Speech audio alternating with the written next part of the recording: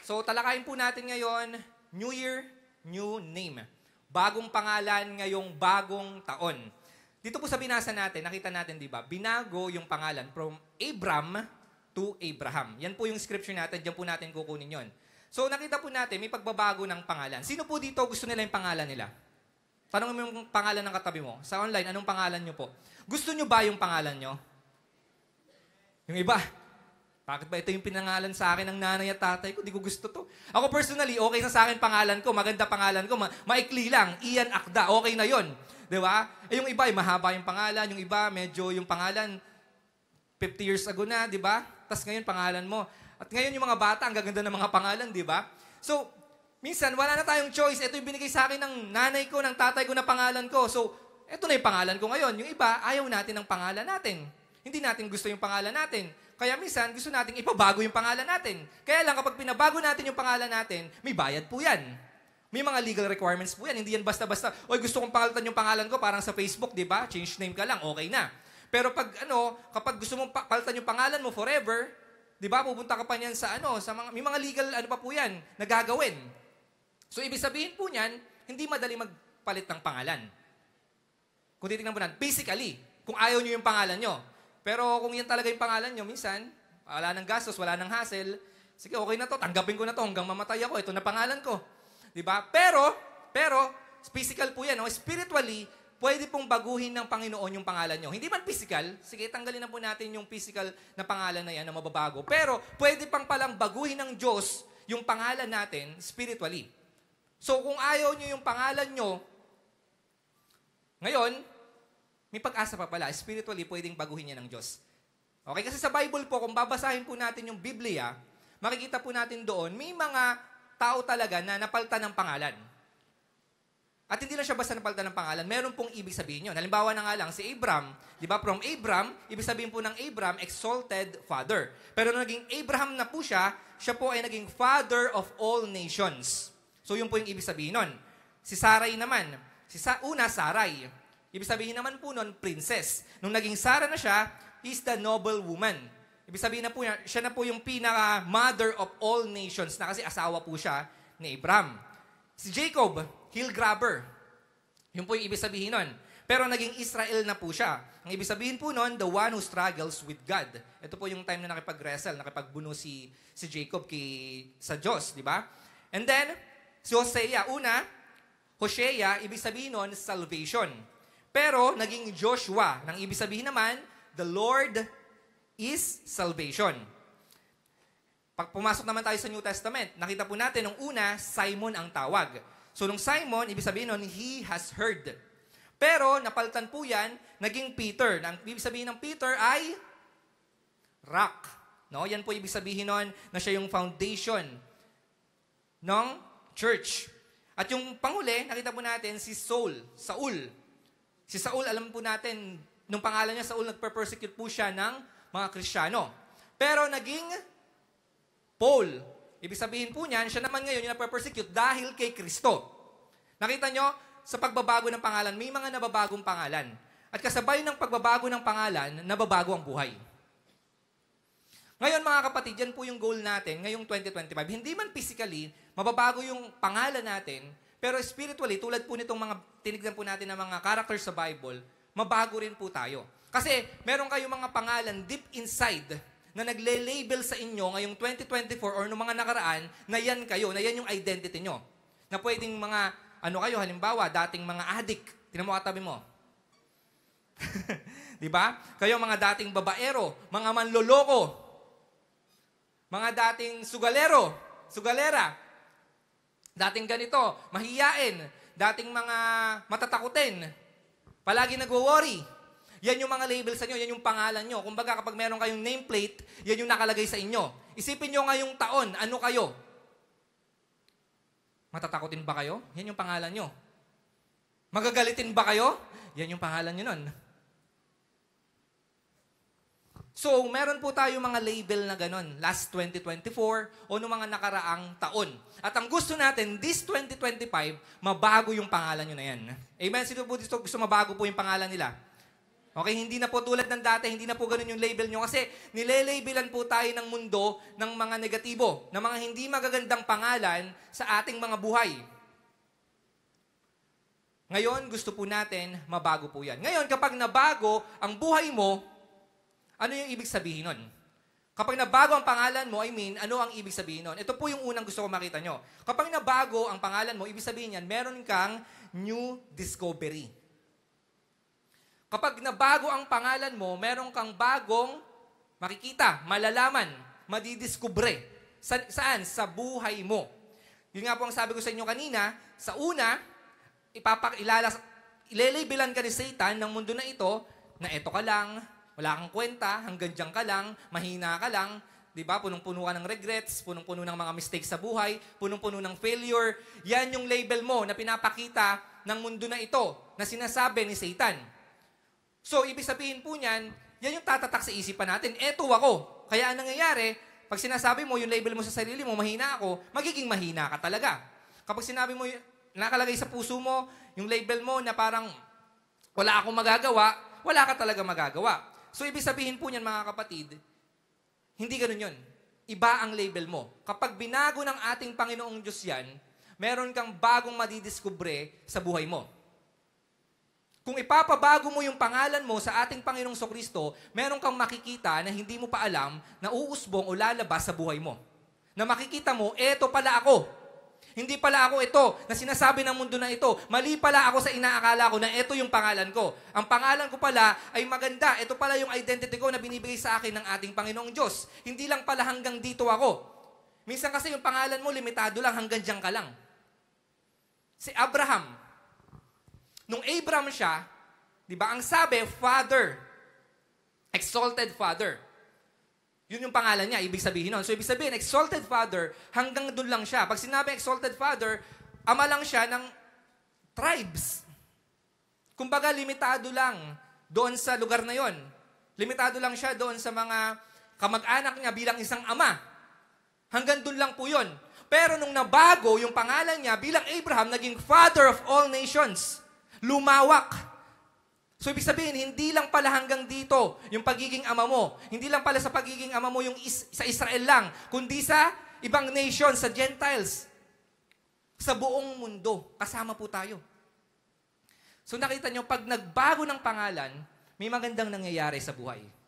Napo-promote. Sino ito gusto ma-promote sa 2025? Ay, wala. Ang hina. Lord. Sino ito gusto ma-promote sa anumang aspeto ng buhay? Amen. Yan po yung gusto natin mangyari. Ipabago mo yung pangalan mo sa Panginoon. Pabago mo. From Abraham, exalted father, to Abraham, father of all nations. Hindi man po tayo lahat magiging father of all nations, pero depende po yan sa inyo. Kung papaano babaguhin ng Diyos yung pangalan nyo at papaano niya ipapakita yung kapangyarihan sa inyong mga buhay. Sino to gusto mabago na yung pangalan? Lord, 2025, baguhin mo pangalan ko. Bahala kayo kung ayaw nyo magpabago ng pangalan, sayang. Binibigyan kayo ng open doors ng Panginoon. Sino dito gusto mabago yung pangalan nila sa 2025? Amen. So pag pinabago mo yung pangalan mo, makikita mo, may madidiscover ka. May potential pala ako dito. Magaling pala ako dito. Kasi nakita ko, eto pala ako, hindi yung sinasabi ng mundo. Yung sinasabi sa iyo ng mundo, kasinungalingan yan. Hanggang dyan ka lang. Hindi ka hanggang dyan. Malayo mararating mo. Hindi ka lang pang dito. Kasi yun ang thinking natin. Kapag yan na yung thinking mo, hanggang dyan ka na lang, hanggang dyan ka na lang talaga. Kung sinabi mo, mamamatay kang mahirap, tingin mo, mamamatay kang mayaman. Kung ang thinking mo hanggang dyan na lang, hindi eh. Ang gusto ng Diyos, mabago yung pangalan mo, at pag nabago yung pangalan mo, maraming mababago sa buhay mo. At makikita mo yung pagpapala ng Diyos at breakthrough sa buhay mo kapag nagpabago ka ng pangalan sa Kanya. Makikita mo na meron pala akong kayang gawin. Hindi lang pala ako ito. Nung bata ako, alam nyo po yan. Sino po yung mga nakasaksi ng aking pagbibinata at dalaga tuloy. Pagtanda hanggang isa kasal, di ba? Yung mga members po natin dito na nandito pa lang ako, pumunta po kami dito sa Bataan. 1994. So almost 4 years old po ako nun. At alam nyo po yun, saksi kayo, yung mga elders po dito, hindi older yung mga medyo naabutan po ako dito nun. Hindi nyo po ako makikita palagi sa harap. Palagi ako nasa likod. At kapag kayo ay, ang tawag dito, kapag kayo ay bibisita sa bahay, dito sa church dati, ano pa to eh? Alam niyo yun? Kahoy pa to eh. Hindi nyo ako makikita dahil nasa kwarto lang ako. Hindi ako papakita sa inyo. Kasi, wala ako eh. Mahihiyain ako. Ganun po ang identity ko. Kinalakihan ko po yun. Yun yung pinakita sa akin ng mundo. Yan ka lang. Sabi ko sa sarili ko noon, mahina lang ako. Hanggang dito lang ako. Kaya parang feeling ko, wala akong magagawa. Pero nung binago ng Diyos yung pangalan ko, hindi man yung pangalan kong physical, nung binago ng Diyos yung pangalan kong spiritual, nakita ko, na-discover ko na meron pa pala akong kayang gawin.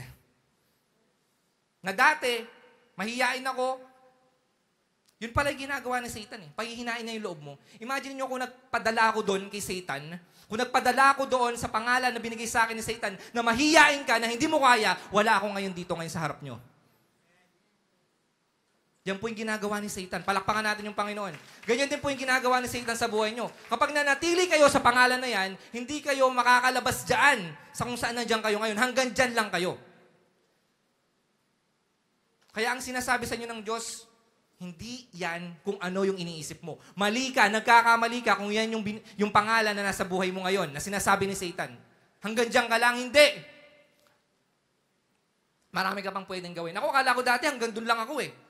Kasi ang gusto ko ministry ko, sa computer lang eh. Nakaharap lang sa computer. Kasi nga, hindi ka makakausap ng tao, hindi ka magsasalita sa maraming tao. Kaharap mo lang, computer. Ministry ko sa computer, multimedia. Pero hindi sabi ng Panginoon, papalitan ko yung pangalan mo. At nakita po natin, nakita ko po, na-discover ko sa sarili ko, na Lord, meron pa pala akong kayang gawin. Kayo rin po, mga kapatid. May madidiscover pa kayo kapag nabago yung pangalan nyo. Sa 2025, hindi pa po huli ang lahat. May pag-asa pa. Makikita nyo pa po na meron pa pala kayong kayang gawin. Na eto pala ako. Hindi yung nakalakihan ko, hindi yung nakasanayan ko na pangalan ko. Na identity ko. Na yung status ko. Hindi pala ako yun. Meron pa pala akong makikita. Kaya ngayon pong 2025, mga kapatid, ito po yung time ng discovery. Ito po yung word sa inyo ni Lord. Na mangusap nawa sa inyo. Sa 2025, meron pa kayong madidiscover sa inyong mga buhay. Amen? May madidiscover pa kayo. At yung madidiscover nyo, hindi nyo alam. Yun yung pwede magpayaman sa inyo. Yun yung pwedeng magbigay ng blessing sa inyo. Yun yung pwedeng magpalakas ng pananampalataya nyo. Sa pamamagitan ng discovery na yon, pwedeng yun yung magpalapit sa inyo sa Diyos. Kaya let's claim sa 2025, merong new discoveries sa pamamagitan ng bagong pangalan nyo. Kalimutan nyo na po yung mga pangalang nilabel sa inyo ng mundo na ito. Kalimutan nyo na po yung mga pangalan na nilabel sa inyo ng kahit yung sarili nyo. Minsan nilalabelan natin sarili natin eh. Ako ito. Tayo minsan minsan yung kaaway natin yung sarili natin eh. Minsan yung nagdadaon mismo sa sarili natin yung sarili natin eh. Wag na po natin yan dalin sa 2025. Kung ano yung pakilala mo o yung kung gaano mo kilala yung sarili mo, mas tignan mo kung gaano ka kakilala ng Diyos. Mas kilala ka ng Diyos. Bago ka palang ipanganak, kilala ka na ng Diyos. Alam niya ang potential mo, alam niya kung ano magagawa mo, kaya magtiwala ka sa Kanya. Alam niya kung ano yung limits mo. Ikaw hindi eh. Yan lang yung alam mo, hanggang dyan lang. Limitado lang po tayo. Pero magtiwala tayo sa ating Diyos na makapangyarihan na alam yung lahat. Sabihin natin, Lord, baguhin mo yung pangalan ko. Nang sa ganon, magkaroon or ma-discover ko kung ano man yung nais mo para sa akin. Kasi, kapag pinabago mo yung pangalan mo, minsan, diyan mo mas makikita kung ano yung kalooban ng Diyos. Kung gusto mong hanapin yung kalooban ng Diyos sa buhay mo, pabago mo yung pangalan mo. Ipabago mo yung pangalan mo. At kapag nabago yung pangalan mo, doon mo makikita na, Lord, hindi ako nagsisi. Hindi ako nagsisi na pinabago ko yung pangalan ko. Si Peter, di ba, alam naman po natin, Simon siya. Kanina, sa introduction, nakita natin, from Simon to Peter. Peter, ibig sabihin, the foundation ng church. Imagine kung hindi napalitan yung pangalan ni Peter. foundation ng church. Kung walang foundation yan, hindi sasabog ang Kristyanismo. Kaya malaki ang parte nitong si Apostol Pedro, kaya tayo ngayon nandito sa upuan nyo, kaya kayo nandyan ngayon. Bakit? Nagpabago siya ng pangalan. From mahiyain, from takot na Simon, di ba? Ilang beses niyang dinanay si Jesus. 3, duwag. Literal, duwag. Pero nung naging Peter siya, tumapang. Lumakas ang loob at nakapag-share sa maraming tao na kahit yung persecution, hinarap niya para lang kay Kristo. Amen. Palakpakan natin yung Panginoon. Ganyan yung nangyayari kapag nababago yung pangalan. Tumatapang. Sino dito duwag? Tignan mo yung katabi mo. Hindi naman siguro, no? Mukhang ang tapang nga. Mukhang manunugod nga ito, eh. Itsura pa lang, eh. Ang tapang ng itsura, eh. Hindi. Minsan, meron tayo sa loob-loob natin na parang, di ko kaya. Minsan, ang strong natin sa labas, eh. Minsan ganun, eh. Strong tayo, eh. Pero sa loob-loob, minsan, mahina na tayo, hindi na natin kaya, natatakot tayo. Pero mga kapatid, sinasabi ko sa inyo, kapag nagbago kayo ng pangalan, tatapang kayo. Literal. Bakit? Hindi kayo tatapang dahil sa sarili niyong lakas, tatapang kayo dahil kay Kristo. Si Peter, tumapang, lumakas ang loob, kaya niya nagawa yun, kaya siya nakapag-share sa maraming tao, kahit persecuted siya, hindi dahil sa sarili niya yun, eh. Dahil yon sa tulong ng Banal na Espiritu at dahil yon sa pamamagitan ng ating Panginoong Kristo. Tumatapang po tayo sa pamamagitan lamang ng ating Diyos. Hindi ka tatapang sa sarili mo. Kung sa sarili mo lang, kulang yan. Pwede kang maging tapang-tapangan lang. Pero kapag alam mo, kasama mo yung Diyos, mas tatapang ka, mas lalakas ka. Sa 2025, alalahanin po natin, wag po natin kalimutan, kasama natin ang Diyos. Kasama po natin yung Diyos sa 2025. Sabi nga, kung paano tayo sinamahan ng Diyos, noon, ngayon, at sa mga susunod na panahon, hindi po mababago yan. Hindi kayo iiwan ng Diyos. Patunay po yan. Patunay po yan, kaya nandiyan kayo ngayon. Kaya malulusog kayo ngayon. Hindi ko alam kung literal na malusog ba eh. Malusog sa pananampalataya, malusog physically, saan man, di ba? Kasi, iningatan kayo, nag-provide yung Panginoon sa inyo. Tinulungan kayo ng Diyos, kaya kayo nandyan. At expect natin, next year, ganun din ulit. No? At sabihin natin, Lord, kung pinagpala mo ako this 2024, sa 2025, mas pagpalain mo ako. Ganun ang prayer. Pwede po yun. Huwag kayong mahiya sa Panginoon. Kayo ay ibe-bless ng Panginoon. Pangalawa, kapag meron kang new name, meron kang new direction. Pag nabago po yung pangalan natin, spiritually, magkakaroon ka ng bagong patutunguhan. Kasi dati kung yung pangalan mo, yan yung binigay sa'yo or nilabel sa'yo ng mundo, ni Satan, ito yung path mo, meron kang daan, dyan ka patungo. Kaya tayo nade-depress. Kasi yung daan mo, daan ni Satan. Pero kapag pinabago mo yung pangalan mo, sa pamamagitan ng ating Panginoong Jesucristo, sa pamamagitan ng ating Diyos, mababago yung tatahakin mo. Mababago yung direksyon. So bagong pangalan, bagong direksyon sa inyong mga buhay. So expect po natin mga kapatid, kapag nagpabago ka ng pangalan sa Panginoon, kapag binago ng Diyos yung pangalan mo, merong bagong direksyon na ibibigay yung Diyos sa'yo. Hindi yung nakasanayan mo. Hindi yung plano mo. Hindi yung gusto mo. Kasi 2025, ito yung plano ko sa 2025. Ito yung gusto ko sa 2025. Ito yung plano ko sa 2025. Plano mo! Yung plano ng Diyos, kamusta? Kapag plano mo ang nasunod sa 2025, sinisigurado ko sa iyo, hindi magtatagumpay lahat yan. Hindi 100% sure magtatagumpay yan. Pero, kung magpapabago ka ng pangalan sa Panginoon, sasabihin mo, Lord, magpapabago ko ng pangalan, yung direction mo, mababago, pero maganda yung patutunguhan. Hindi yung direction mo. Yung direction mo, sinasabi ko na po sa inyo mga kapatid, yung path na tinatahak mo ngayon, kung hindi yan sa kalooban ng Panginoon, kung di ka mapapahamak, hindi ka magtatagumpay. Kaya ipabago mo yung pangalan mo at kapag pinabago mo yung pangalan mo, mababago yung direksyon. Minsan, parang hindi ka pa sanay. Kasi pag nabago, di ba, parang hindi tayo sanay. Kasi bago eh. May challenge kapag nabago. Pag nabago yung direction. Kasi nga, ito na yung nakasanayan mo, ito na yung plano ko. Tapos kapag nagbabago ng pangalan sa Panginoon, iba na. So may konting discomfort. Kasi nga, parang, ano ba yan? Ito yung nakasanayan ko eh. Kaya lang, nung binago ng Diyos yung naiba yung direction ko, hindi ito yung nakasanayan ko eh. Alam nyo, ang isang patunay na tama yung tinatahak nyong lugar, tama yung tinatahak nyong direksyon, kung kayo ay dumadaan sa challenge. Kung nahihirapan kayo. Sino ito nahihirapan ngayon sa buhay? Hoy, ang sarap naman ng buhay. Sana all. Hindi nahihirapan sa buhay. Kung ikaw ay nakakaranas ng persecution, nakakaranas ka ng iba't ibang mga problema dahil kay Kristo, nasa tama kang direksyon. Mas magulat ka kapag ang okay-okay ng buhay mo, wala kang pinagdadaan ng challenge. Wow! Hiyang-hiya naman ako sa'yo. Sino yung nasa likod mo? Minsan maganda eh. Maganda papakita ni Satan sa'yo eh. Yun yung sa una. Maganda papakita niya. Kaya akala mo, tama yung direksyon. Ang ganda.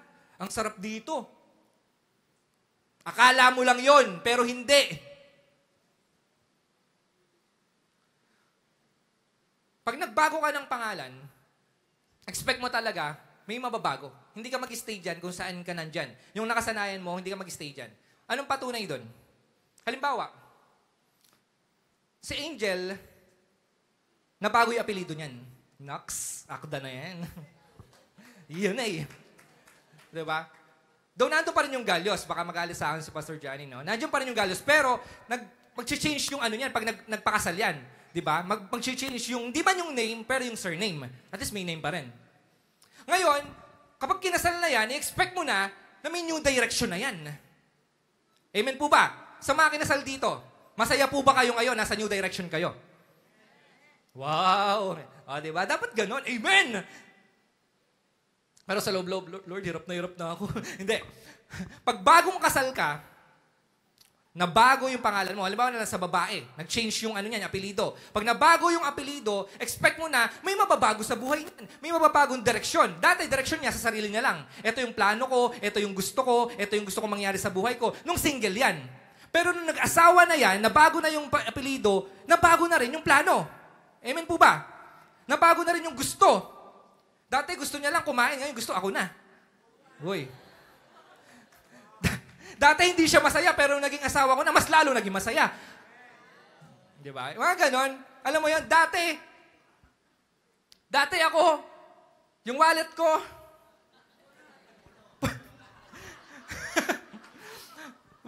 yung pera ko, nasa wallet ko. Ngayon napunta sa wallet niya. Pati yung ibang cards ko, nasa kanya. Di ba? Dati, wala naman siyang ganon. Kumaspas kumapal yung wallet niya. Sana. Di ba? Dati, hindi naman siya nagluluto. Pero ngayon, napilitan magluto kasi nga may asawa na. Nabago na yung surname eh.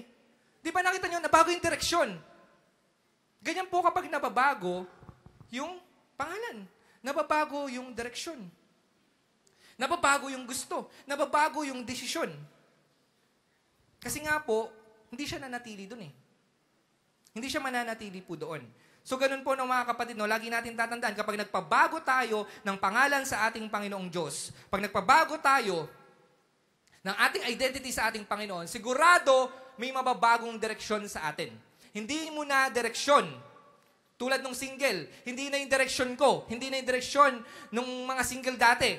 Direksyon nyo na yan pareho. Bago na po. Di ba dati, sanay ka matulog mag-isa. Pero nag-asawa ka na, diba sanay ka na may kasama? So, ibig sabihin po niyan, mga kapatid, ang pagbabago, magsisimula yan sa pagbabago ng pangalan mo. Kung gusto mong mabago, ipabago mo muna pangalan mo.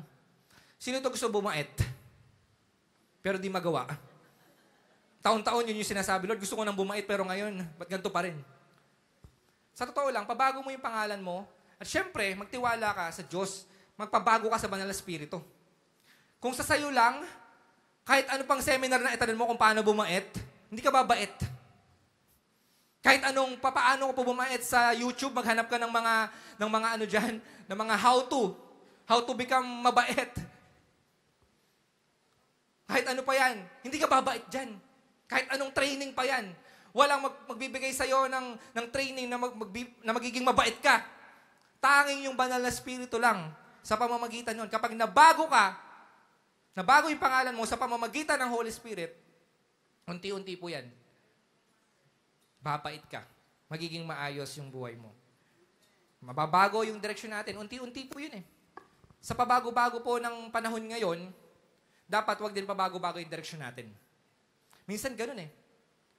Nakadepende yung direksyon sa sinasabi ng tao. Uy, mahirap po yun. Pag sinabi na ganito, ganyan, doon ka pumupunta sa direksyon na yun. Kaya ano nangyayari? Pag sa kaibigan mo, pagkaibigan mo yung kaharap mo, kausap mo, doon ka sa direksyon ng kaibigan mo. Kaya ano yung nangyayari? Napapariwara. Lalo na kung bad influence yung mga kaibigan mo. Kung ano yung sinasabi ng mga nasa social media, yun yung nagiging direksyon mo, sinusunod mo. Pero hindi ganun mga kapatid. Ang direksyon dapat, focus lang tayo doon sa daan na yun. Sa direksyon na yun na binigay sa atin ng Panginoon. Kahit mahirap, hindi madali. Sabi ko nga po sa inyo mga kapatid, hindi madali kapag lumihis ka o pumunta ka ng direksyon na galing sa Diyos. Hindi mo na kasi nakasanayan eh. Minsan, talagang kapag sumunod ka sa kalooban ng Diyos, mas mahirap. Totoo po ba? Sino po dito nagsasabi, simula nung nanampalataya sila sa Panginoong Sokristo, simula nung sumunod sa ating Panginoong Sokristo, mas lalo silang nahirapan?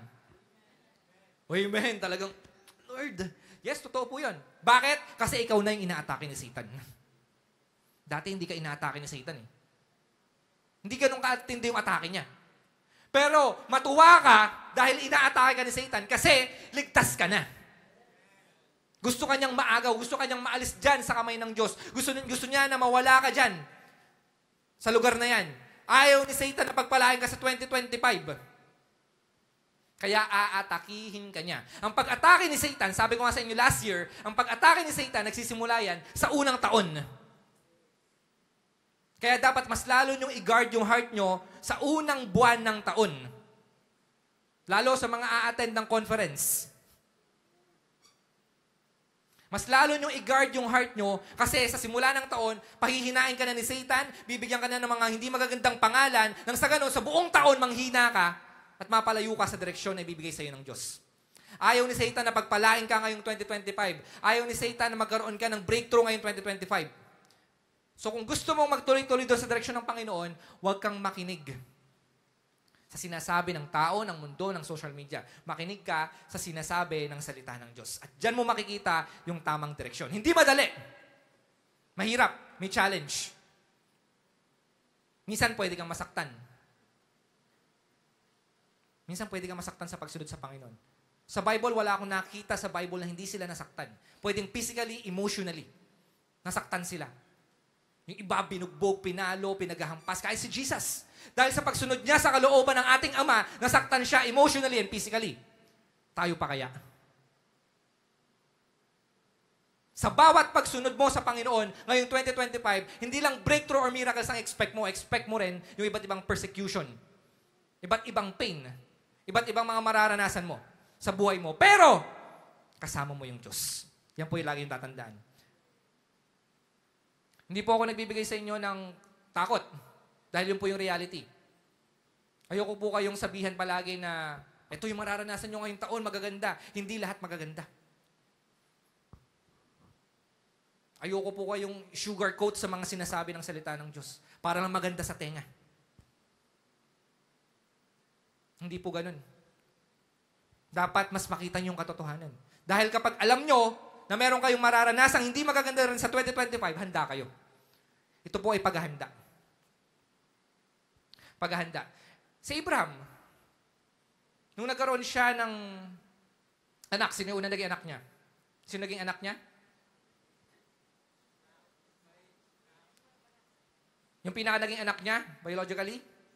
Isa pa? Yung una, si Isaac, di ba? Kasama rin si Ishmael. Pero si Isaac, anong ginawa, di ba?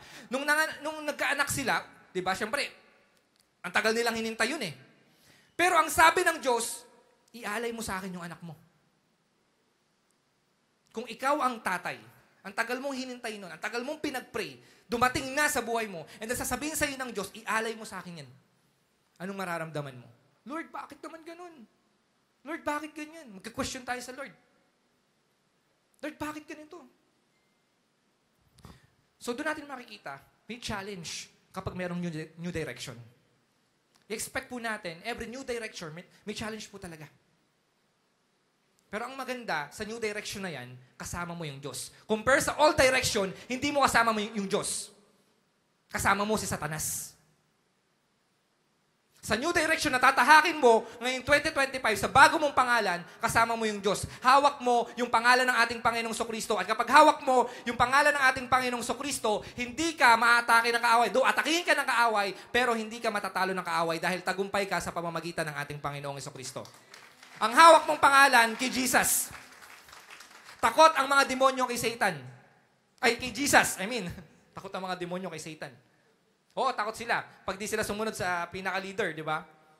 Pero, mas takot sila sa pangalan pa lang ng ating Panginoong Jesucristo.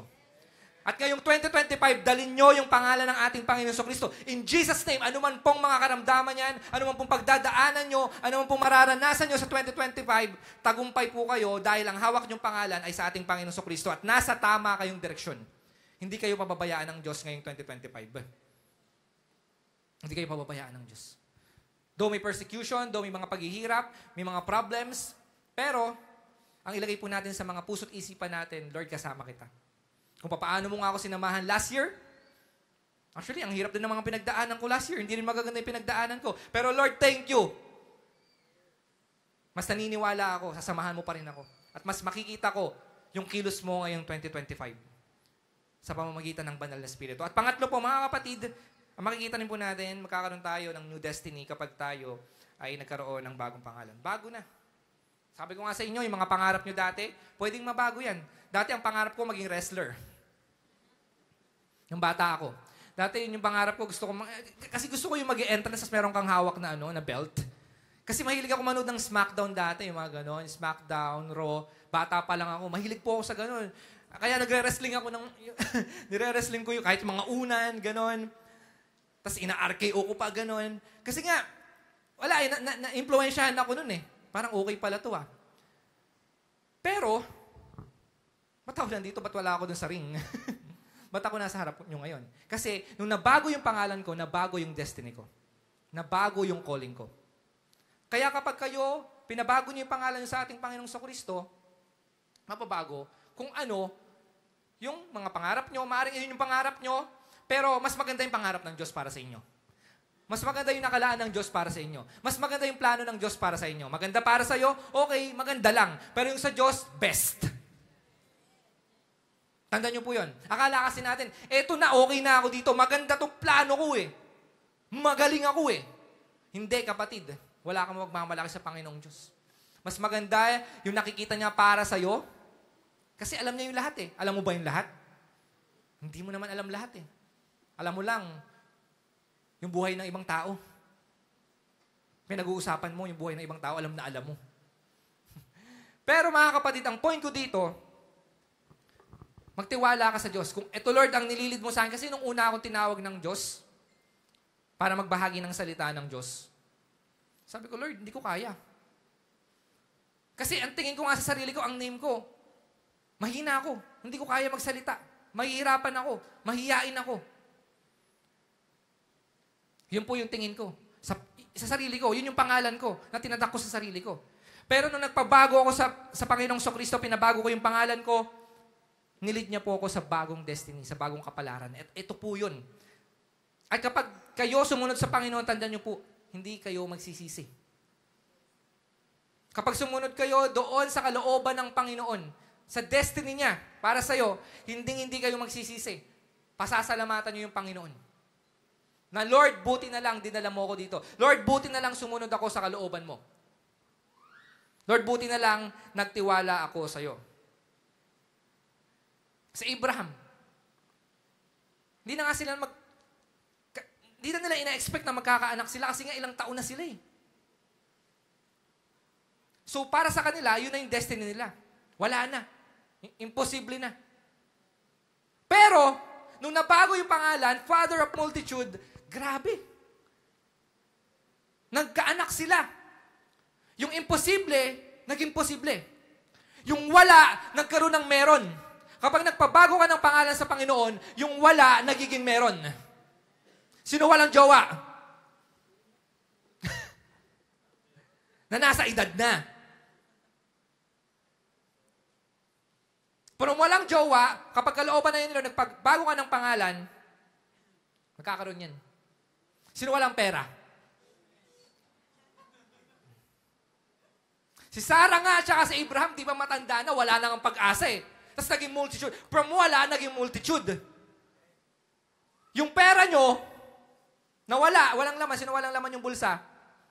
Lord, posible rin pala maging dumami to. Kung magpapabago ka ng pangalan sa Panginoon.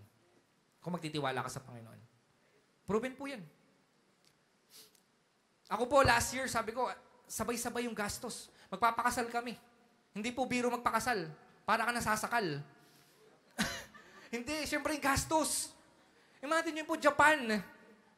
Magpapakasal sa Japan. Tapos ang daming preparation. Balik-balik doon. Sabi ko, saan ako kukuha ng pera? Tapos meron pa po akong mga ini-invest. Meron pa po akong mga for future na kailangan bayaran. So sabi ko, Lord, paano to? Sabay-sabay ngayong taon. Tapos may mga pupuntahan pa kami. Pupunta kami ng Qatar, Dubai. Sabi ko, Lord, 2024, sabi ko, Lord, ang daming gastos. Eh, nung pumasok yung 2024 na, sabi ko, sakto lang yung pera ko kung babudgeting ko. Pero thank God, sabi ko, Lord, grabe yung favor. Grabe yung favor. From, hindi naman wala, from ponte, dahil sa pagtitiwala namin sa Panginoon mag-asawa, nakita namin, Lord, grabe yung favor mo. Nabayaran lahat. Naayos ang lahat. Bakit? Hindi dahil sa akin. Kasi kung ako lang, mahirapan ako. Mahirapan kami. Pero dahil nagtiwala kami sa Panginoon, nagtiwala kami sa favor ng Panginoon, hindi siya nagkulang. Sumobra pa. At 2025, ganoon din ulit gagawin namin mag-asawa. Magtitiwala kami sa Panginoon. Marami kaming mga, syempre, nagsisimula kami. Pero kung papaano kami nagtiwala nung simula ng 2024, at kung papaano nagbigay ng favor sa amin si Lord, papaano nag-provide sa amin yung Panginoon nung 2024, this 2025, naniniwala kami ganun din. At sa inyo rin po mga kapatid, yun po yung challenge ko sa inyo. Kami yung buhay na patotoo. Maaring ngayon inisip nyo, Lord, paano to? 2025, ang dami kong gagastusin. Lord, 2025, ang daming bayarin. Magsisimula na yung pag-aaral ng mga anak ko, ang daming mga gastusin. Ang dami pang mga dapat bayaran. Pero, huwag kayong mag-worry. Yun po yung susi. Huwag kayong mag-worry. Ikaw, parang sa'yo, siguro wala kang magagawa. Pero kung iniisip mo kasama mo yung Diyos, mayroong magbabayad para sa'yo. At yun yung ating Diyos, na makapangyarihan at mayaman na Diyos. Mayaman ang Diyos nyo, tandaan nyo po. Mayaman ang Diyos nyo. Ikaw? Mukhang mayaman. Bakit? Kasi anak ka ng Diyos. Mayaman ang Diyos. Anak ka ng Diyos. So kung mukha kang mayaman, anak ka talaga ng Diyos. Kasi mayaman yung Diyos. Natatay mo yung Diyos. Kaya, maging ano lang po tayo, no? Magkaroon tayo ng pananampalataya sa 2025, sa mga walang work, sa mga gustong ma-promote. Simulan nyo yung pagbabago ng pangalan. Mababago po yung destiny nyo. Kung yan, yung destiny nyo ngayon, o kung yan yung position nyo ngayon, kung nasa rank and file position kayo, kung probationary pa lang kayo ngayon, who knows, next year regular na kayo. Kung ngayon, junior yung ano nyo, yung status nyo, baka next year, senior na kayo. Senior, hindi senior citizen, ha? Hindi nyo alam. Tiwala lang kayo sa Panginoon. Tiwala po tayo sa Panginoon. Pagkatiwala po natin yung ating kapalaran, yung ating future, yung ating mga plano sa ating Diyos ngayong taon. Simula ng pagpapabago ng pangalan nyo, expect nyo rin, merong new destiny na mangyayari sa buhay nyo. Amen po ba? Palakpakan po natin yung Panginoon sa oras po na ito. So, this 2025, mga kapatid, hindi ko po alam kung ano yung plano sa inyo ng Diyos. Maganda nagpaplano tayo. Maganda nagpaplano. Hindi pwedeng walang plano.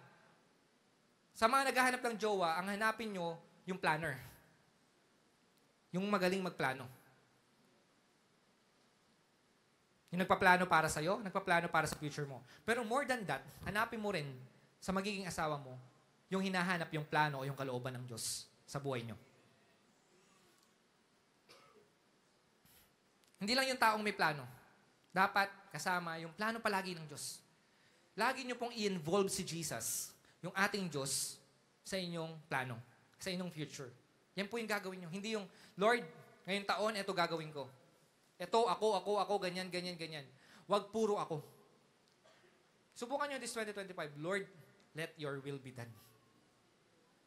Lord, ikaw na yung bahala. So yan po yung tandaan natin ngayong taon. Alalahanin po natin palagi yan. Magpabago tayo ng pangalan sa ating Diyos.